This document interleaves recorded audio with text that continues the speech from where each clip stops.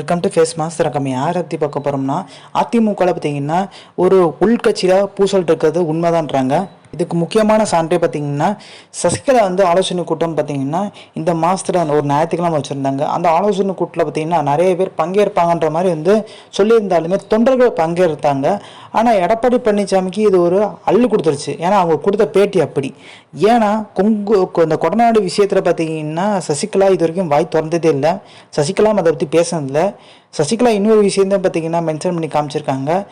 So ஒரு குறிப்பிட்ட சமூகத்தை பார்த்திங்கன்னா அதிமுக இயங்குதோன்ற மாதிரி பார்த்திங்கன்னா அதிமுக கொண்டு போகிறாங்களோன்ற ஒரு சந்தேகம் வருது.